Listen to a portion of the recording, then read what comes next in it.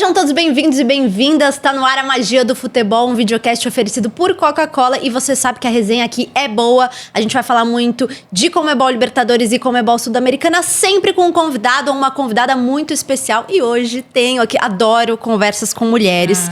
Hoje temos ela que é apresentadora da ESPN, Gláucia Santiago, seja muito bem-vinda. Muito obrigada, prazer estar aqui com vocês, poder fazer esse bate-papo, falar das competições sul-americanas que a gente gosta tanto, que a gente também... É o nosso dia a dia, trabalha demais lá na ESPN também, trazendo todas as emoções de Libertadores, de Sul-Americana, falar um pouquinho da vida, falar um pouquinho de carreira. É sempre bom essa troca de histórias, de experiências, um prazer enorme estar aqui, agradeço o convite. Prazer é todo nosso. Bom, como a Gláucia já adiantou, a gente vai falar, obviamente, das competições, de Conmebol Libertadores, Conmebol Sul-Americana, mas eu quero começar esse papo falando um pouquinho de você, da sua trajetória, porque muitas pessoas que assistem a gente também gostam de saber um pouquinho de como a gente chegou até aqui, né?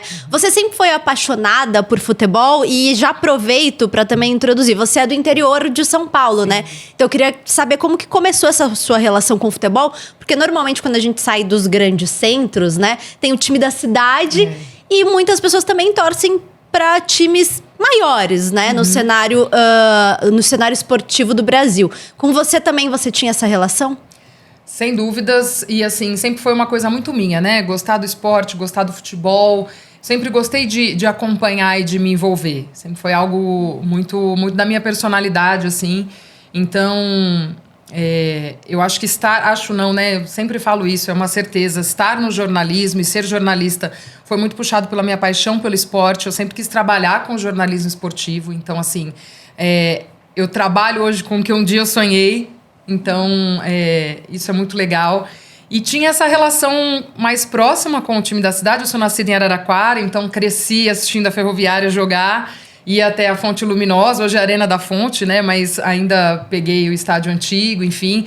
Então, cresci ali, cresci nesse ambiente. Cresci indo ao ginásio também, porque Araraquara, em muitos momentos, teve time de basquete muito forte, que é uma outra grande paixão minha, que é o basquete nacional. Também time de vôlei. Então, assim, eu fui muito forjada ali dentro dessa realidade, né? Desse esporte regional.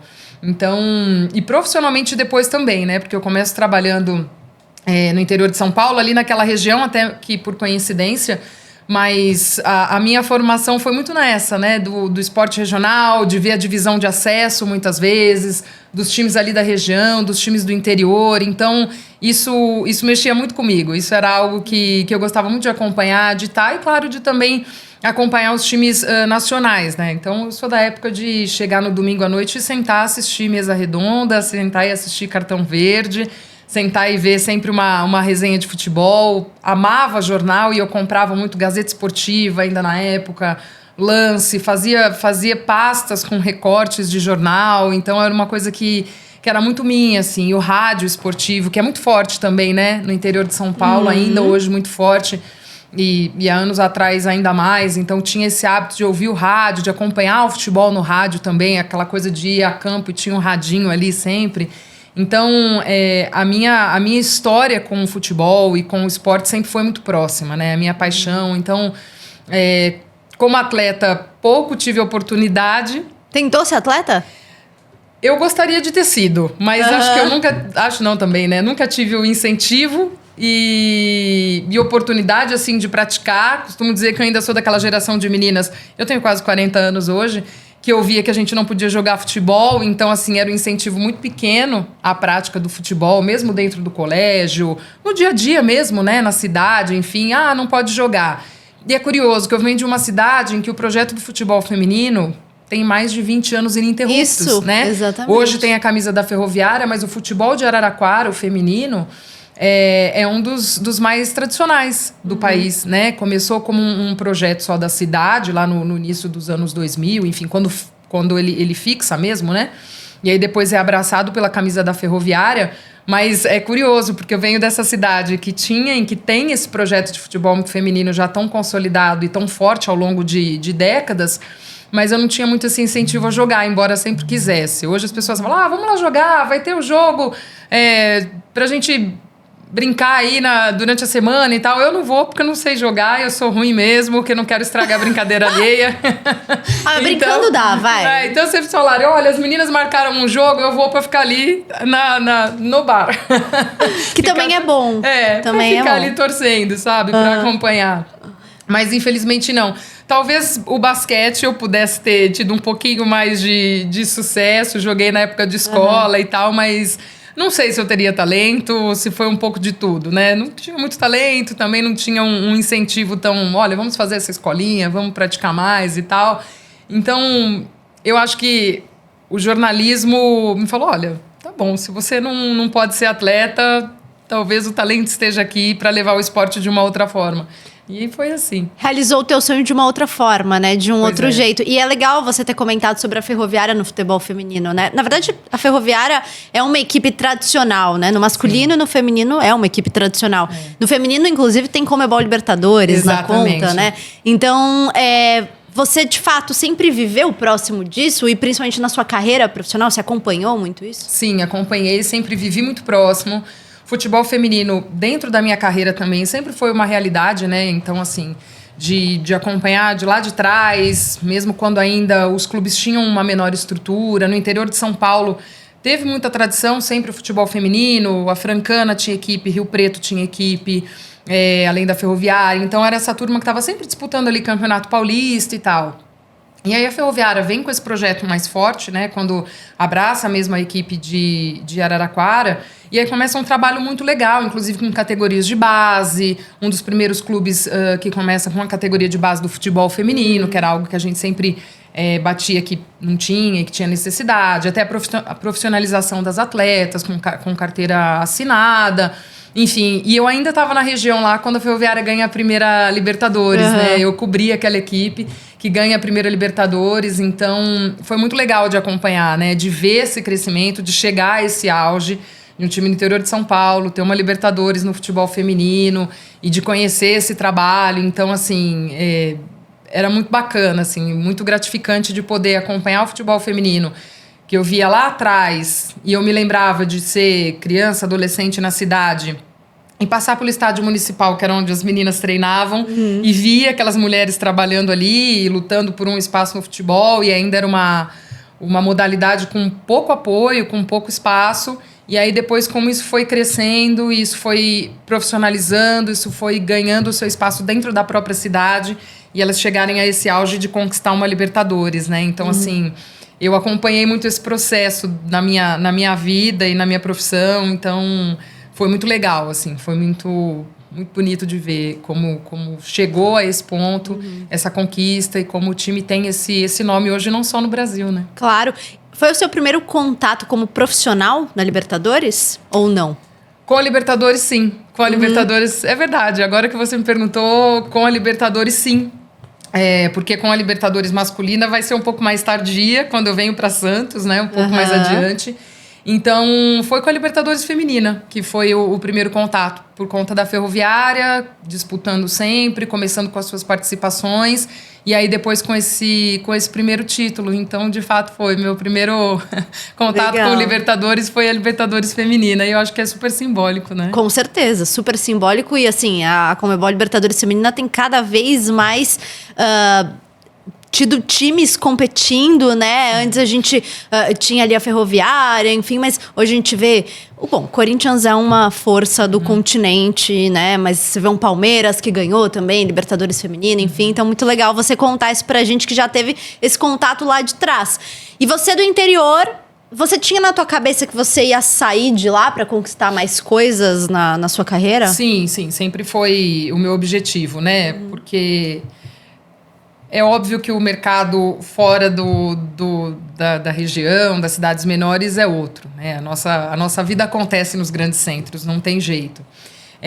Eu saio de Araraquara para estudar, na verdade, eu vou para Campinas fazer faculdade. Depois eu acabo morando fora um período, que eu fui fazer pós-graduação em Portugal.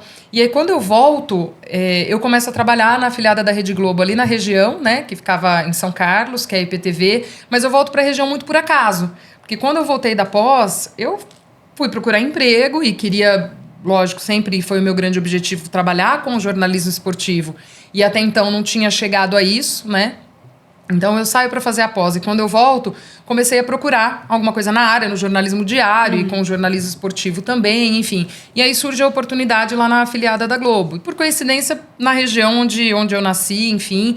Mas, claro que era uma grande oportunidade, as afiliadas sempre tiveram muito esse caráter formador também de profissionais e de que seria uma ponte importante depois para a matriz e tal. Então, assim, eu acabo voltando para a região muito por acaso, assim, né? Não foi uma escolha, ou não foi que imediatamente pós-formada eu fiquei por ali. Acabou sendo uma coincidência de quando eu volto ao Brasil, começo a procurar e surgiu por ali. E era uma vaga temporária, era uma vaga para 3 meses e eu acabei ficando mais de 7 anos por lá. Comecei na produção, passei por apresentação, reportagem, edição, enfim. Me formei bem, que também tem muito esse caráter as afiliadas, Sim. né? Eles formam um profissional muito completo, muitas vezes por um time mais enxuto, mas a gente acaba passando e fazendo de tudo um pouco. E acredito que acaba sendo legal, porque você... ganha toda essa experiência, entende muito o processo de TV, que é um processo Total. feito a tantas mãos, né? Então, foi muito por coincidência acabar também voltando para aquela região onde eu nasci, onde eu cresci e me formar ali também profissional de TV. E aí, quando você vai para Santos, como que foi essa tua experiência? Foi uma experiência incrível, assim. A minha passagem por Santos é um momento muito legal, assim, da minha carreira, da minha vida. Foi uma oportunidade incrível, assim, que surgiu para mim. Eu fiquei pouco tempo em Santos, eu fico quase 2 anos em Santos, e aí depois recebo o convite da ESPN.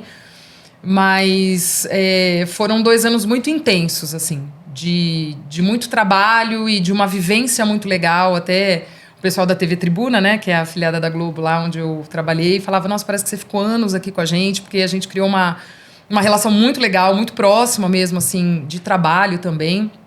E foi uma passagem incrível. Eu era setorista do Santos. Lá eu fiquei, de fato, só com o esporte, porque antes, na IPTV, eu fazia o esporte, mas eu também fazia jornalismo geral, né? Éramos poucas equipes, então era preciso se dividir entre isso. Então, eu saía para a rua como repórter muitas vezes, eu saía desde a pauta de economia, passando por polícia, por política, para a noite ir fazer um jogo do Paulistão. Era meio isso. Eu brinco que eu vinha desde o sacolão, passando pela delegacia, até parar à noite no estádio para fazer uma transmissão, e aí atendia a Globo, o Sport TV, né, enfim, para estar com eles nos jogos. Então, a minha rotina era um pouco diferente.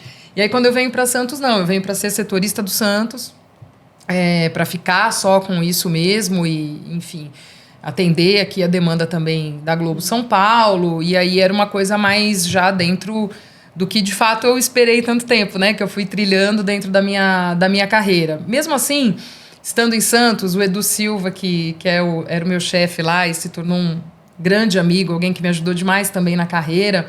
Ele sabia o quanto eu gostava também desse futebol do acesso, desse outro...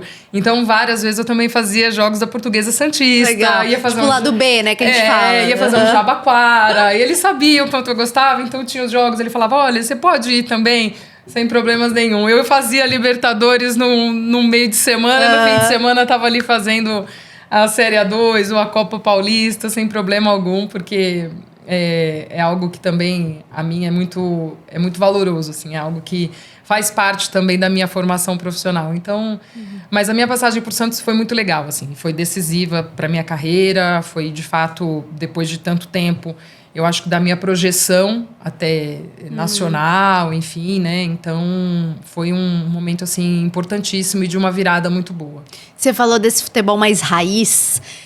Tem algum jogo que te marcou nesse lado B aí do futebol? Porque a gente costuma, às vezes, quando as pessoas perguntam qual jogo te marcou? A gente vai falar uma final, alguma coisa muito grande e tal. Tem algum jogo, assim, que te marcou, talvez na sua carreira, ou algo inusitado que tenha acontecido? Sempre acontece, assim, divisão de acesso é algo muito diferente, assim, né, é uma coisa mais próxima até, né, você tem contato com as pessoas. Tem um jogo que me marcou muito, e eu já contei essa história, porque, de fato, era Paulistão, mas era no interior, era quando o Oeste ainda mandava seus jogos em Itápolis, quando ainda era em Itápolis. Eu fui fazer um jogo lá contra o Água Santa, um campeonato paulista. E eu pegava o carro e eu ia para os jogos, né? Ainda tinha isso. E aí não era a minha área de cobertura, mas, enfim, não me lembro porque não tinha ninguém ali naquela área. E o pessoal de São Paulo falou, você não pode ir fazer um jogo lá pra gente? E eu fui com o meu carro. E eu ia muito sozinha. Mas como não era uma cidade que eu costumava muito ir, meu irmão e meu pai acabaram indo comigo nesse dia, né? Ali próximo a Araraquara, Itápolis. A gente vai com você. Foi a sorte, porque o pneu do meu carro furou, quase chegando em Itápolis. E eu com horário para chegar no jogo. E a hora que a gente saiu de Araraquara, eu tinha visto o ônibus do Água Santa num hotel. Porque a cidade ali é pequena e não tinha rede hoteleira. Eu falei para eles, olha, vocês se viram aí com o carro, eu vou ficar aqui na beira da pista porque o ônibus vai passar aqui. Aí eu já vesti a minha camiseta para me identificar, né? A blusa do Sport TV da Globo. Falei, bom, eles vão passar aqui, eles vão me ver, eles vão falar, é a repórter. E aí não deu outra. No que passa, o ônibus deles, eu sinalizando na beira da pista. E aí eles parou um carro atrás que era dos dirigentes, o pessoal da comunicação. Não, vem aqui com a gente que é mais confortável. Fui de carona com a Água Santa pro estádio. Amei, você pegou uma carona. Eu peguei uma carona. Com visitante. Com visitante, eu chegando com visitante. E assim, tem 10, 15 minutos de jogo, caiu um pé d'água, mas uma coisa absurda, assim. Alagou, porque o campo lá é minúsculo, é um campo, assim, de bairro, sabe? Era uma coisa muito... Campo minúsculo, alagou, encheu os bancos de reserva de água. Ficamos ali coisa de 1 hora esperando para aquilo descer, para ver se a bola rolava. E uma loucura, o povo puxando água com rodo, fazendo furo no gramado. E aí já começou uma resenha, os jogadores começaram, a culpa é da repórter, ela já furou o pneu na vinda, agora o jogo tá assim, não sei o quê, acabou ficando na minha conta. E o jogo recomeça, a gente já ensopado, aquela coisa de pesquisa, porque eu ainda até hoje tenho esse hábito de anotar, de fazer anotações e tal, e papel, né? Tudo borrado. Não, já tinha acabado, aquilo já não existia mais. E aí, primeiro, eu era muito pequeno, assim, não tinha espaço na linha lateral, com o banco, com onde eu ficava, enfim, era todo mundo ali. Primeira disputa ali na lateral. Eu só falei, abraça, né? Eles vieram numa disputa de carrinho, me lavaram de lama. Ai. Eu fiquei inteirinha enlameada, além de tudo, pro resto do jogo. E aí a câmera da transmissão pegou, aquilo foi uma resenha. Eu já... Essa altura do campeonato já era tudo resenha na minha vida, turma brincando comigo. Eu sei que eu fui embora daquele jeito depois, inteira de lama. E aí eu encontrava esse povo ao longo do campeonato. Qualquer jogo que eu encontrava a turma do Água Santa ou do Oeste, vinha todo mundo, e aí, vai chover hoje? E a roupa jogou tudo fora, e não sei o que, acabou virando um caos, assim. E é uma história, sei lá, às vezes você muito bom. Não pensa, mas é porque era tudo muito pequeno, era tudo muito... tinha estrutura, e eu dei o azar da história do pneu do carro, enfim, virou um caos, assim, mas virou história para contar, assim, coisas de interior, assim, de estádio mais raiz, como a turma gosta de dizer, enfim. Se fosse hoje, certamente você tinha viralizado muito, né? Muito. Você tá em todas as páginas de Instagram. Eu não sei que época que era, que ano que era isso, mas certamente não tinha muito essa história de viralizar. Não tinha muito essa coisa de... O vídeo, a câmera pegava direitinho. Depois me arrumaram um recorte da transmissão, assim, eu tomando aquele banho de lama. Isso teria viralizado. Talvez teria virado um meme por aí. É a vida. É o glamour da profissão, né? É o glamour da reportagem, né? A gente bem conhece o glamour da reportagem. Muito bem. Sempre tem, né? Exatamente. Mas é bom porque a gente tem muita história pra contar. Aí agora, falando de novo de Santos. Ali, que ano que você... ficou em Santos? Quais anos? Eu fico de 18 até o final, quase de 19. Você pegou Santos na Libertadores? Peguei. O meu primeiro jogo de Libertadores foi na Vila Belmiro. Tá. Foi em 18, acho que maio de 18, um Santos e Real Garcilaso. Um 0-0.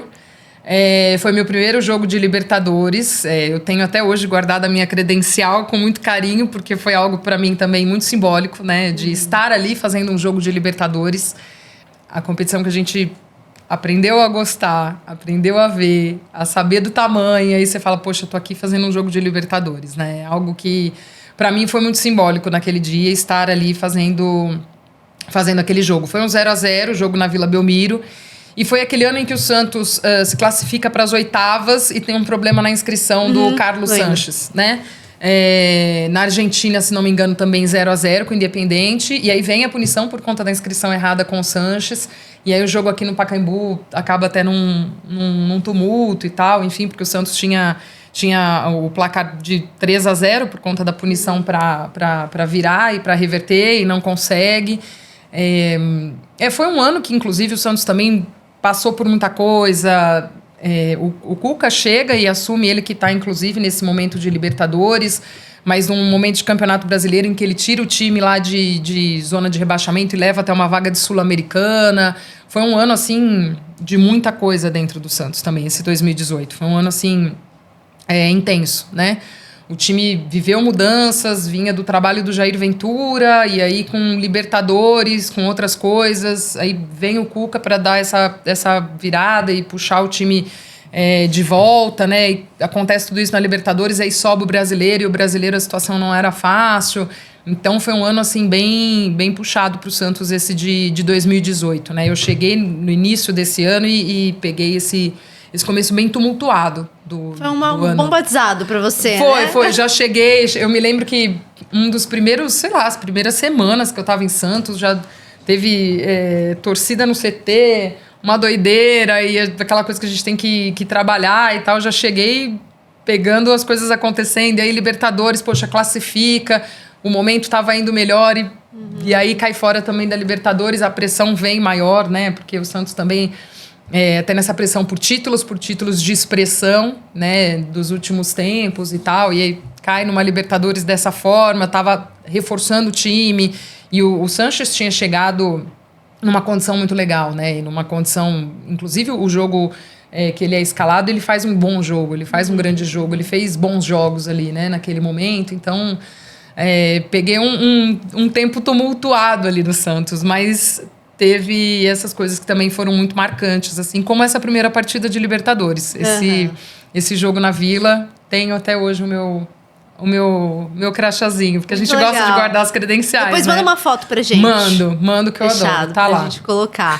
Não, e assim, eu imagino que tenha sido um choque, talvez, pra você de mudança de estilo de cobertura, né? Porque você tava ali no interior com a Ferroviária, que é um time super tradicional, mas não tem a pressão que tem no Santos. Então, você lidar com isso deve ter sido um pouco diferente ali naquele momento.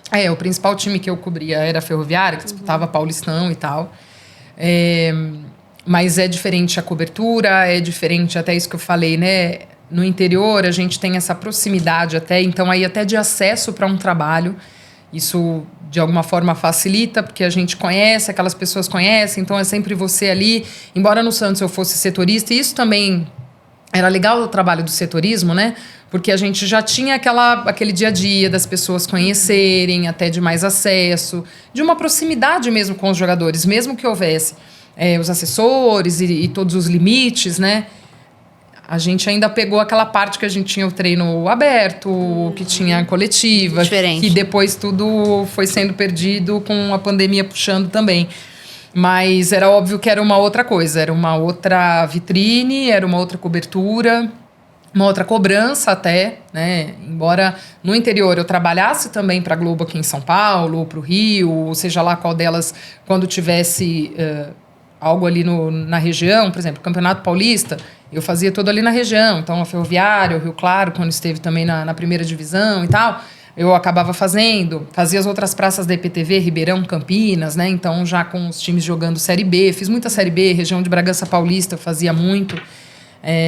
Então, eu fazia, mas é óbvio que você estar como setorista de um time como o Santos, de um time tradicional, de um time de tanta história, é diferente. É diferente porque você também vem nessa cobrança, né? A gente também tem a nossa cobrança profissional para que você entregue um outro resultado, para que você também tenha ali as suas fontes, para que você entenda aqueles bastidores, para que você saiba trabalhar ali. E o Santos tem muita história, né? E para o Santos, eu acho que é um clube que cuida muito dessa história e isso também vem muito para o presente, né? O Santos tinha a questão, tem ainda, né, dos ídolos eternos, que estão sempre nos eventos, sempre nos jogos. E isso é algo que você precisa entender. Quão pesado é aquilo para aquele clube, né? Quando você vai à Vila ou quando você vai a algum lugar e você encontra com o Pepe. E tava lá o Coutinho, ainda cheguei a encontrar o Coutinho. Ou você tem que entender esse contexto. Claro. Né? Você tem que saber o sentimento daquilo que também vem para o clube.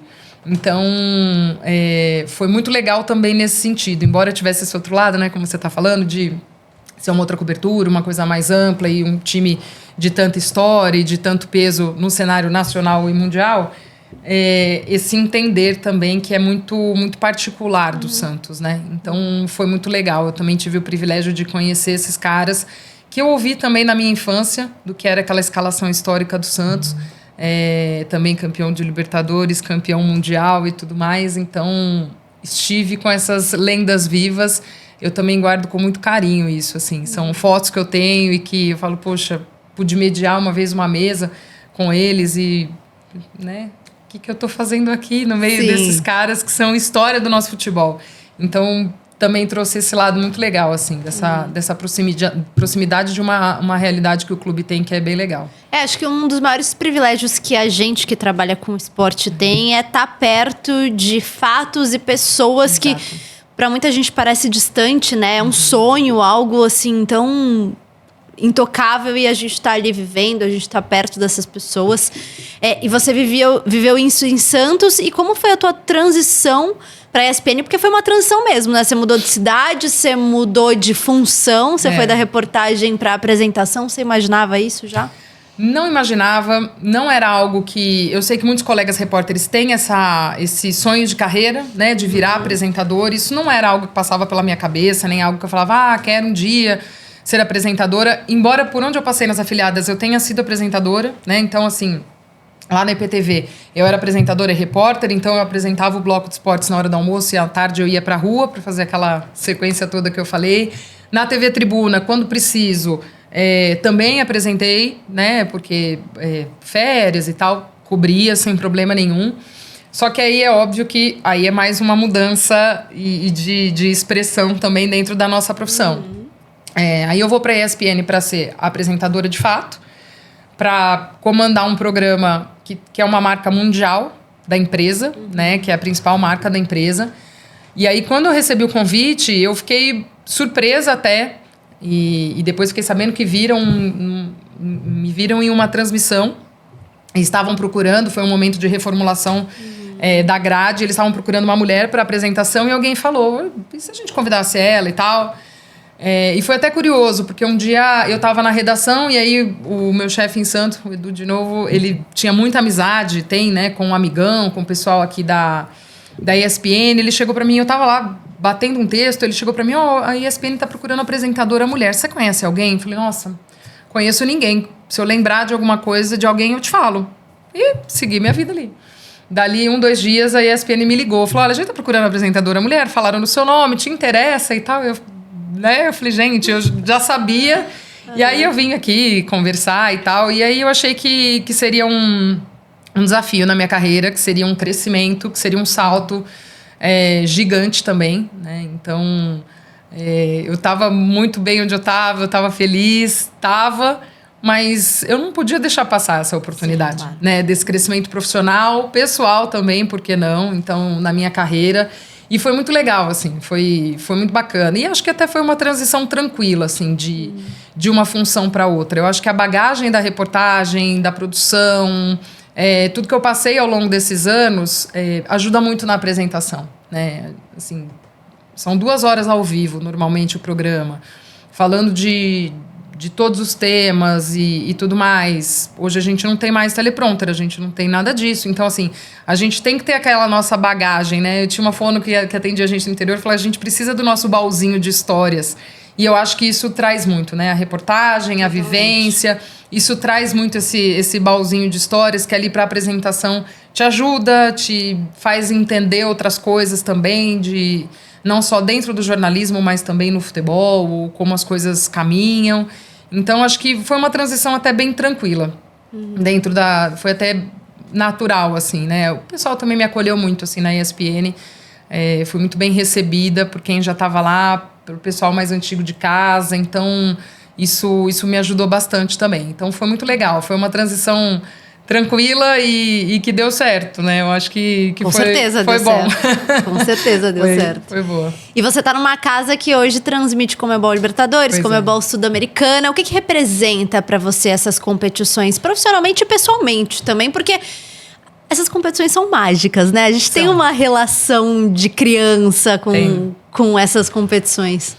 Eu acho que é isso. A gente traz desde uma relação pessoal, a gente traz uma memória afetiva também dessas competições, né? Eu acho que cada um dentro do seu contexto, dentro do seu clube, do que já viveu ali dentro, enfim, eu acho que isso vem sem dúvida alguma, né?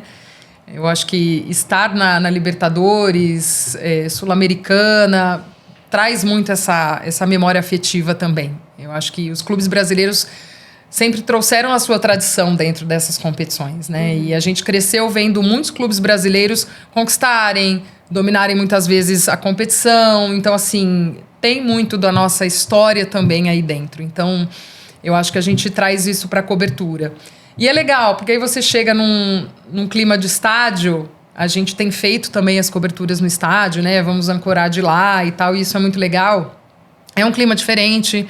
É uma noite que a gente brinca, é noite de Copa, mas porque é um outro clima, é uma outra atmosfera até, e esse contato também com os outros clubes sul-americanos. Isso para mim também é maravilhoso, porque são clubes tradicionais e que eu gosto muito dessa coisa sul-americana, né? Eu acho que as competições trazem muito isso, o que é o sul-americano no futebol, pro esporte, né? Que eu acho que a gente tem muito essa coisa muito visceral de viver o futebol, de viver o esporte. Então, acho que as competições sul-americanas trazem isso, nesse DNA, e os clubes também. Então, cobrir essas competições é diferente. É gostoso quando a gente está lá, é gostoso quando a gente até... Poxa, a ESPN tem Argentina, tem a turma no Uruguai e tal, então a gente também está sempre em contato, participa de programas com eles, pode conversar e trocar um pouco de experiência de como eles veem a gente aqui, como a gente vê os clubes de lá. É curioso, né? Cada um tem uma visão de como os times brasileiros hoje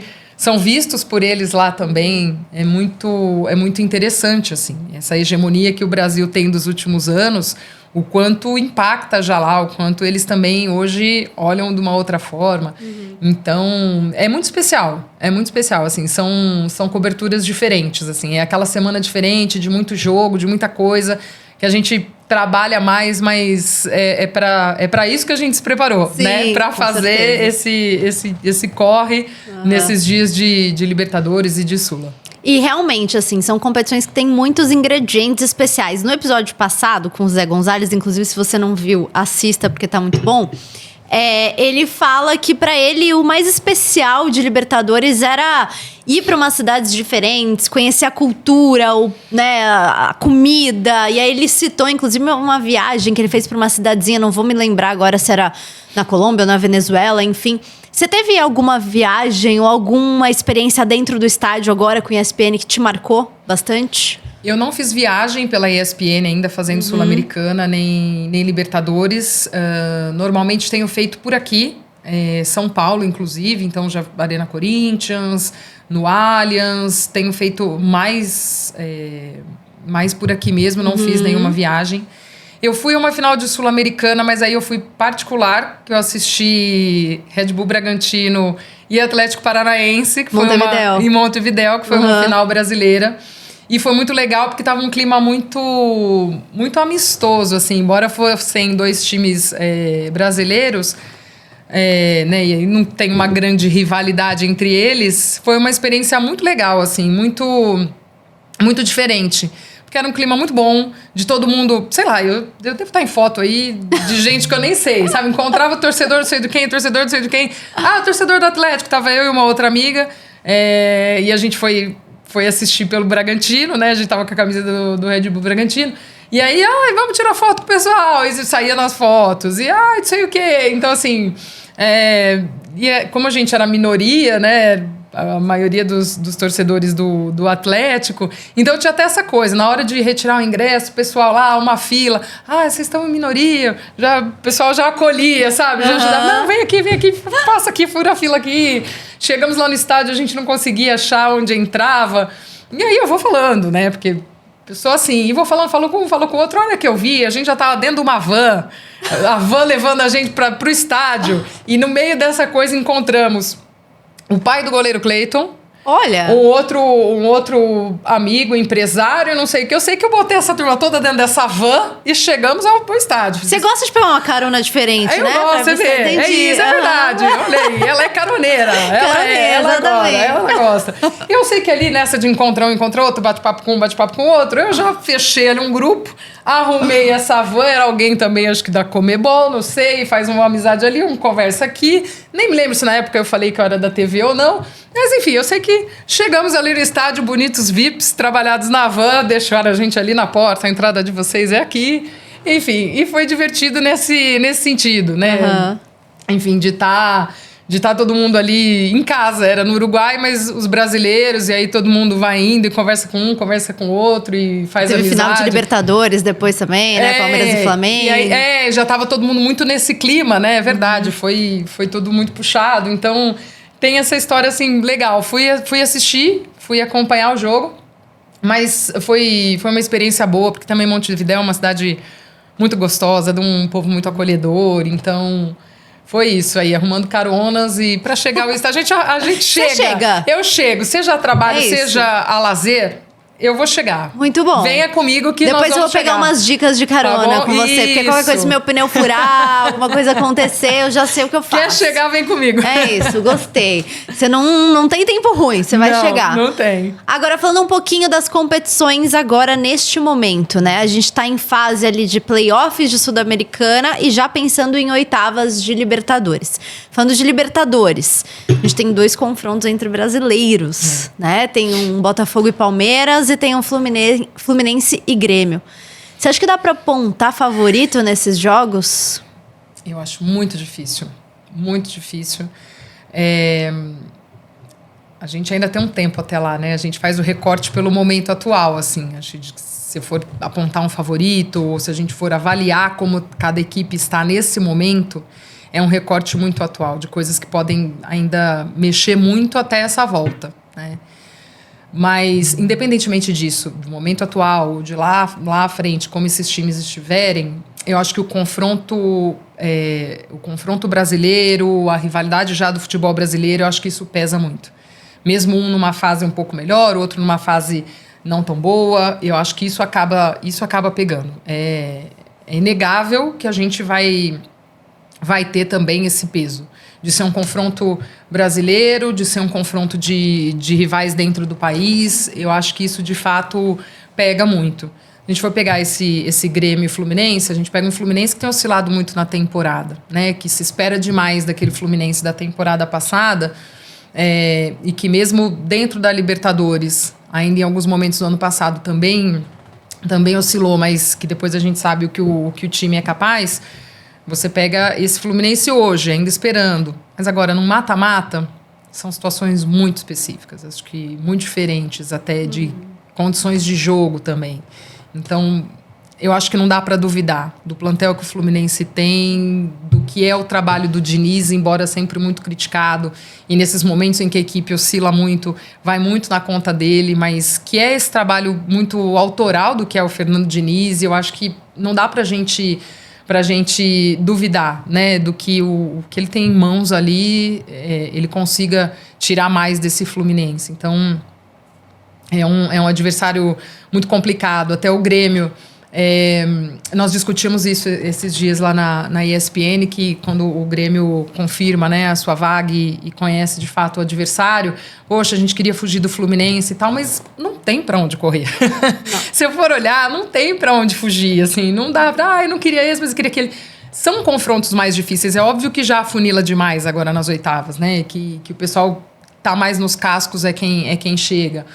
E o Grêmio, quando a gente acha que também, poxa, tem sempre, agora vem com todos esses problemas por conta da tragédia no Sul e tal, um Grêmio que também, antes disso, também oscilava, né? Então, tragédia à parte, também ainda precisava de ajuste, mas eu acho que essa questão nacional, de ser um confronto nacional, pega demais. E aí, pro outro lado, bom, Palmeiras a gente nem precisa dizer o quanto a gente já viu também essa remontada desse time, né? E aí em todos os sentidos.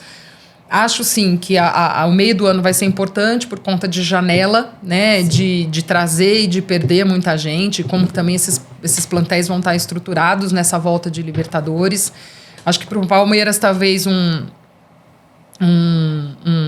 desafio maior por conta de quem está perdendo e de como vai ser essa reposição de peças também. Eu acho que o Palmeiras é o clube que hoje talvez que menos vai ao mercado. E quando vai é muito pontual, muito assertivo, mas que nesse meio de ano agora, nessa janela de julho, eu acho que vai ter que ir um pouco mais. E aí como é que também o Abel vai remontar a casa. Mas a gente sabe que não dá muito para duvidar. Não, aliás, não dá nunca para duvidar, porque tem sempre um plano. Time do pacto, né? O pacto, o plano, seja lá como o povo queira dizer. E o Botafogo que também tem um time, se for pegar até no papel ali por nome, né? Com caras até com mais nome, com experiência internacional e tal. E que o Arthur tem organizado bem. Eu acho que também foi num primeiro momento, assim, deu um impacto legal o trabalho dele, assim, né? Eu acho que ele chega e também já consegue colocar muito do teu trabalho ali. Isso também tem sido uma coisa legal da gente ver. E aí, para projetar para agosto, não sei como isso vai estar. O que é o trabalho do Arthur Jorge no Botafogo, do Zubeldia no São Paulo. A gente tem o Flamengo, né, que tá crescendo, voltou a crescer de produção. Então, assim, desses trabalhos que chegam e do Milito no Galo, de como chegam e impactam muito de cara, né? E que aí fazem esses times terminarem. O Galo até terminou um pouco mais inconstante nessa primeira fase, mas como esses times terminam essa primeira fase de Libertadores já numa alta, nesse impacto imediato desses trabalhos, né? E aí até em que momento isso vai se sustentar ou vai vir uma oscilação aí dentro, mas eu acho que apontar um favorito nesses dois confrontos é muito difícil. É muito difícil. Talvez se fosse para a próxima semana, talvez a gente até olhasse, falasse um pouquinho aqui, um pouquinho ali, mas acho que tem muita coisa ainda para rolar e esse fato de serem confrontos brasileiros, em mata-mata, que é um outro perfil também mais complicado, acho difícil. O Flamengo é o único brasileiro na Libertadores que pode chegar até a semifinal, que tem a possibilidade, aliás, que não vai enfrentar com certeza um brasileiro até uma possível semifinal se chegar, né? Porque a gente tem ali em cima um Botafogo e Palmeiras que pode pegar um São Paulo nas quartas. A gente tem o Atlético Mineiro que se passar vai pegar ou Grêmio ou Fluminense. Você acha que é uma vantagem para o Flamengo ou não? A altitude também pega? O que você acha? Acho que a gente pode olhar dos dois prismas, assim, né? Eu acho que pode ser uma vantagem por não ter esse enfrentamento nacional de times já conhecidos. E aí, volto lá atrás, né? O que é o domínio do futebol brasileiro nesses últimos anos de Libertadores, acho que mostra muito como está o nível do futebol brasileiro até em relação aos outros. Então, talvez para o Flamengo essa seja uma vantagem. Mas, por outro lado, já tem aí um Bolívar, que já encontrou, já sabe quais são as dificuldades e que também já não é mais aquela história de só altitude. Né? A gente já vê também em campo um trabalho também organizado fora dele, de um clube já mais estruturado. Do Grupo City, né? Exatamente, de Grupo City. Então, não temos mais só isso, né? De falar, olha, só uma altitude, é só...